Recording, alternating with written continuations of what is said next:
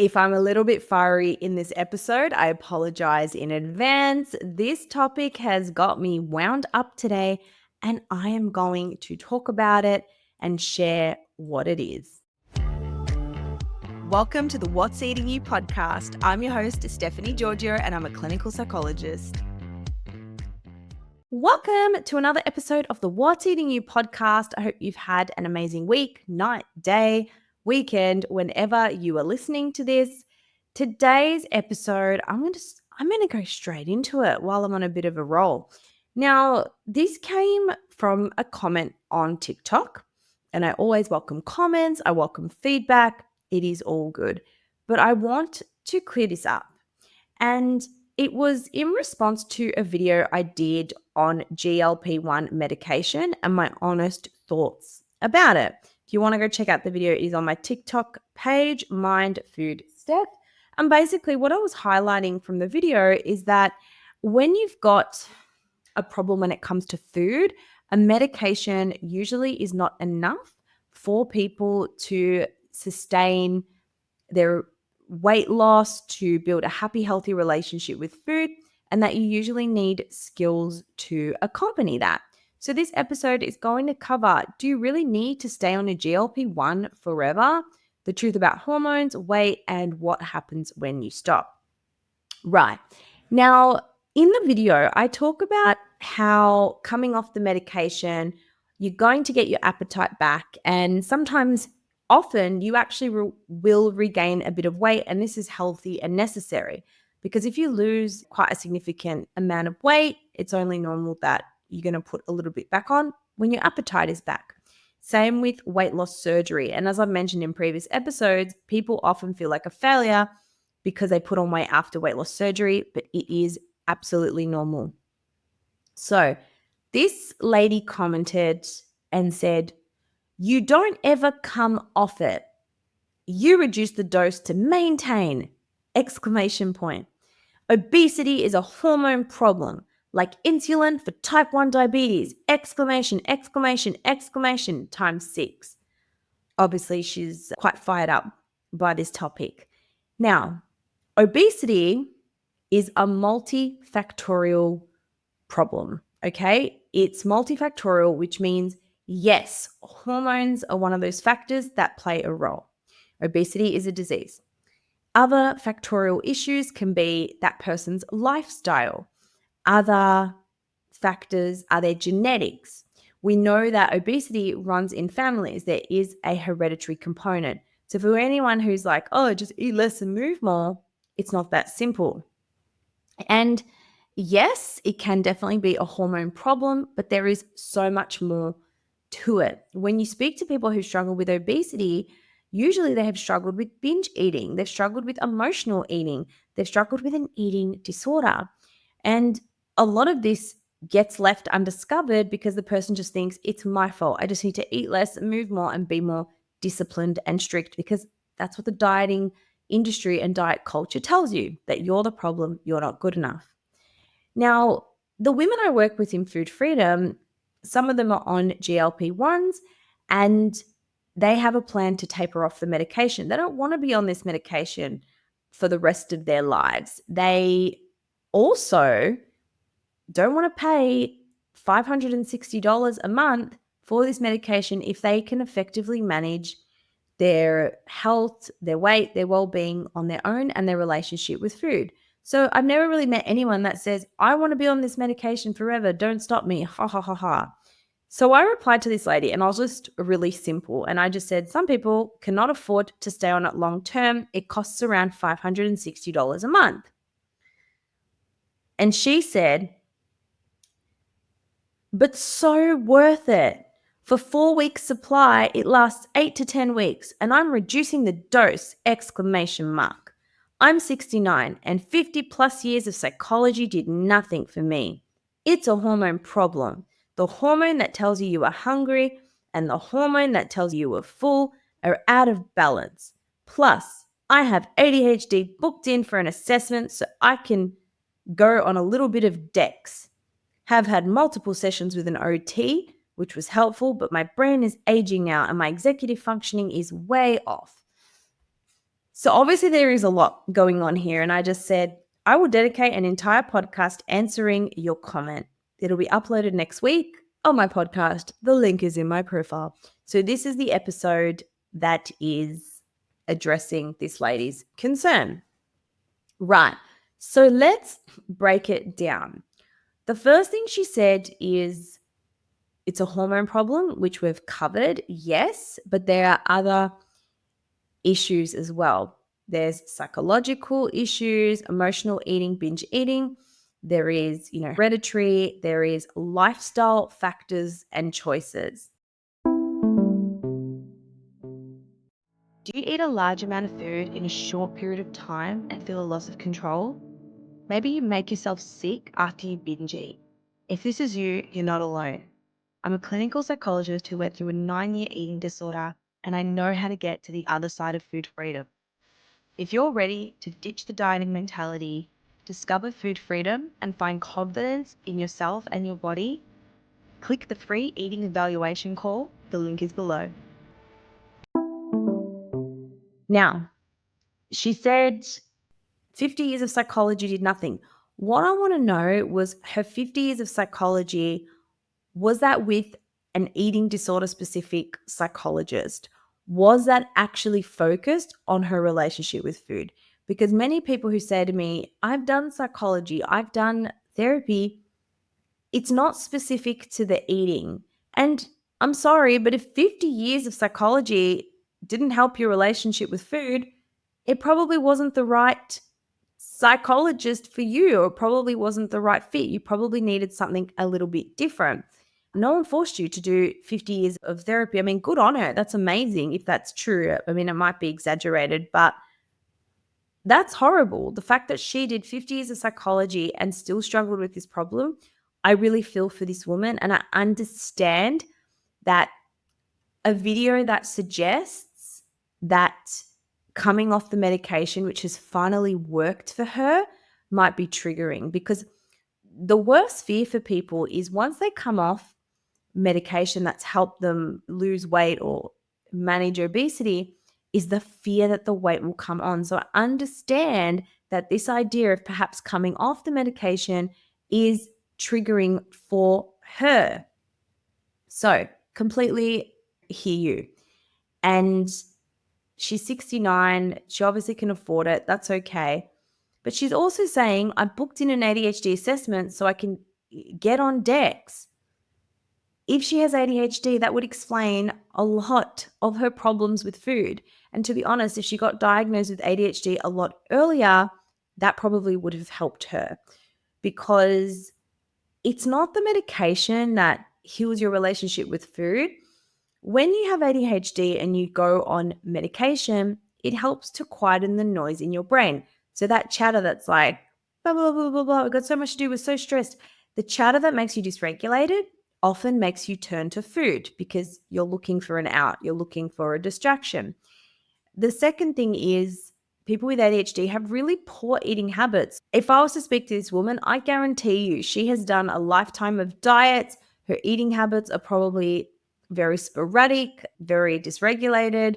She's probably done a million diets under the sun, which actually affects your hormones. People don't realize this, but diets and disordered eating, yes, they can lead to hormonal imbalances. Not eating regularly can lead to hormonal imbalances. Now, when she's talking about the hormone that tells you're full and hungry are out of balance, that's true for many people with ADHD. So what we know is we've got leptin and ghrelin. And by the way, I haven't even prepared for this episode. I'm just talking off the top of my head. Leptin and ghrelin tell you when you're hungry and tell you when you are full. Now, I think of ghrelin as the gremlin that tells you are feeling hungry and that it's time to eat, and then leptin as well. She is right. Many people with ADHD, they do have difficulties tuning into their fullness and hunger cues. They have difficulty knowing when they're hungry, knowing when they're full, and this is an ADHD thing. And it's also for a number of reasons. When you eat sporadically, you disrupt those natural hunger hormones. So here's the thing. I have a question. Why are your hormones out of balance? Lady on TikTok, why? Where did this hormone problem come from? For many women, they develop these hormonal issues because of disordered eating. Not to judge, but the ADHD, we'll explain it. Even with dexamphetamines, with the medication she is describing, it can suppress your appetite, which is exactly what her GLP-1 is doing right now. So, with the dexamphetamines, it's not going to change her food choices. It's not going to address her emotional eating. It might not even suppress her appetite. But that's the other thing. Yes, you'll be on ADHD medications for life, but there's going to be days you forget to take it. There's going to be days where you're stressed and you're still going to binge eat. You're still going to emotionally eat. The key is working on your mindset to ensure that when this happens, you're okay.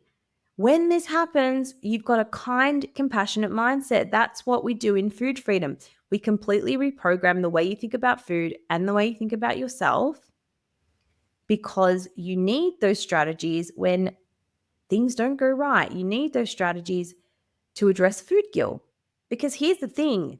People with a mindset like this that think, I just need to be on medication forever, which is, again, that's fine. If you're on medication forever, that's absolutely fine. But don't you want to learn the skills to help you?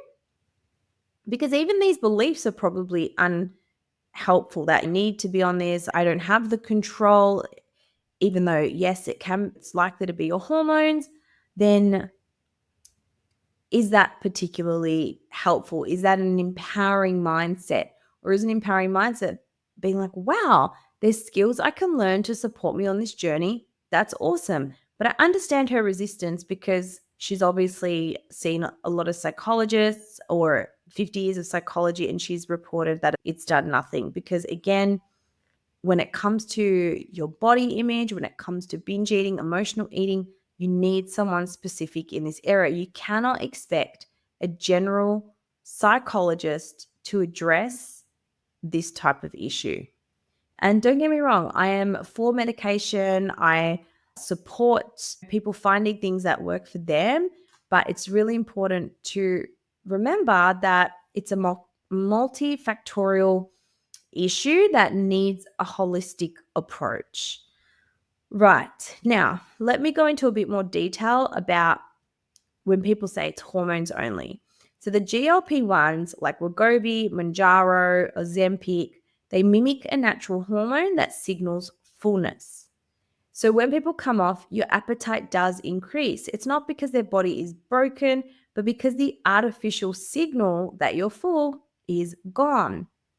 Weight gain is really common without proper behavioral, psychological, and environmental support, not because your body needs the drug forever. And I'm going to talk about clinical data that supports this. So, online, this is called a biological reductionism, where we ignore the other multifactorial issues, the emotional eating, the reward pathways, and the habits. Now, what actually happens when you stop a GLP-1? I'm going to talk about clinical studies. So clinical studies called Step 1 or Surmount showed 2/3 of lost weight can return after discontinuation. Can return, that's the key word. Yes, 2/3 is a high number, but that's without lifestyle or psychological intervention. The brain's hunger hormones, ghrelin and leptin, they shift temporarily. Appetite can feel amplified. And this makes people panic. When their hunger comes back, they're like, oh my God, the hunger's back. But if you know what is going on, if you know your hunger is going to come back, you prepare for it. Instead of freaking out and be like, I'm broken, what's wrong with me? You say, cool, my hunger's amplified. I'm going to address that. I'm going to address that by perhaps working with a psychologist, working with a dietitian to help me ensure that I'm eating optimally for my brain and my mental health. And with support, regular eating, therapy for binge emotional eating, movement, and adequate sleep, many people who've been on this medication maintain partial or full results. Now, the comment about it's worth it to spend this much, many people can't and they don't want to spend $300 to $600 a month on this. If you could manage this without the medication, wouldn't you rather put that money towards a holiday? I would.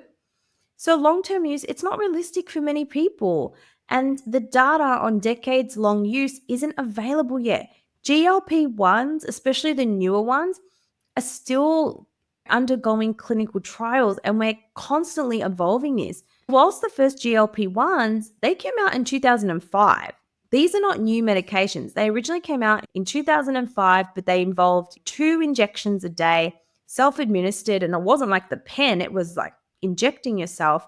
They had a lot of side effects and they had a lot of doing it twice a day. It's a lot.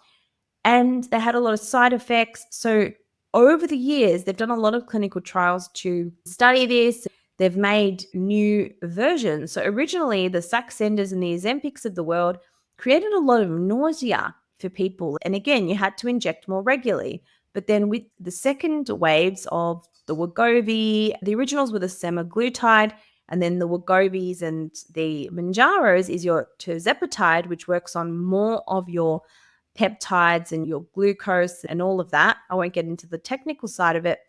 They're getting better and better. Less side effects, less injecting. The pen is easy to administer, but long-term data is not available for these medications yet. Okay? So it's important to remember that, yes, you can be on it long-term, but we don't know long-term exactly what's going to happen. So if you know this, are you wanting to take it long-term if you're not sure of the long-term effects of this? So here's what we're going to discuss. The real solution is combining biology with psychology. GLP-1s can help and they can be a bridge, but for many people, they don't want it to be a lifelong crutch. If they knew they don't have to pay this much a month and they could manage it on their own, I'm sure many people would be happy with that. But also, there's no shame if you are on this medication for life and it's just what works for you. Again, no shame either. So the most successful people learn how to eat consistently. They have 3 meals, 2 to 3 snacks a day. And once you get that, you can optimize your eating. The issue I have, and this is so important, if you're on this medication for life, you are always suppressing your appetite, which means, one, you're probably not going to be eating enough food for your energy requirements. You shouldn't be always restricting. It's not healthy to always restrict your appetite because that can lead to undereating. Undereating leads to not meeting your nutritional needs. You're likely to have low iron, low B12, low zinc, whatever, because you're not eating enough foods. Number 2, this leads to secondary issues. If you're not getting enough protein, your muscle mass, and for this woman, she's in her 60s, girl, you need to hold on to that muscle mass with all your might. So I'm concerned if you're on this long term and you're not adequately eating enough protein, then that's a problem. And similarly, if you're not eating enough, and I'm not saying she's not, maybe she's eating enough, but if you're always suppressing your appetite, you're not eating enough, that's going to affect your energy levels, which is going to affect you going to the gym to build muscle by lifting weights. So as women after the age of 30, our muscle drops. We need to eat enough protein. We need to train our muscles at the gym. But if you don't have the energy and stamina to do that, it's going to be really tricky, especially if you're going to the gym. You want to eat protein because when you muscle and weight train, you are tearing your muscles, and then protein rebuilds the muscle and makes you stronger over time. Number 1. Number 2 is people who are successful in coming off the medication, they rebuild their hunger cues. They learn how to intuitively eat again. Most importantly, these people work on their mindset. They're okay. If their weight changes a little bit, it's not the end of the world because guess what? They've worked on their body image. They also manage their dopamine and their stress. They learn to regulate their nervous system so they can manage emotional eating without that. Because weight regulation, it isn't just about what your pancreas does. So the pancreas is what secretes the insulin, which breaks down the food. Your weight regulation is about your nervous system and your psychology as well. So you really want to work on your identity beyond your weight. So if you're listening to this and you're on a GLP-1 and you're like, I'll never come off it, or you're panicking, it's okay. It takes time. When you come off a GLP-1, your body is recalibrating. It's normal to feel hungry again. You're not broken, you're actually healthy. Hunger is normal. It is also normal for a little bit of the weight to come back on, especially if you haven't made lifestyle or psychological changes. You're just adjusting. So, with the right structure, the right mindset, and the emotional tools, you can maintain your progress without relying on injections forever. But of course, disclaimer, this is not psychological advice, and take this information at your own discretion. Always speak to your doctor, your prescribing psychiatrist, or people in your life who are supportive. If you have been on a GLP-1 or you're coming off one and you're struggling with appetite or emotional eating, this is exactly what we do in Food Freedom. This is my 12-week program designed to help you build a happy, long-lasting relationship with food. It's perfect for women with ADHD, women who've struggled with their weight their whole life.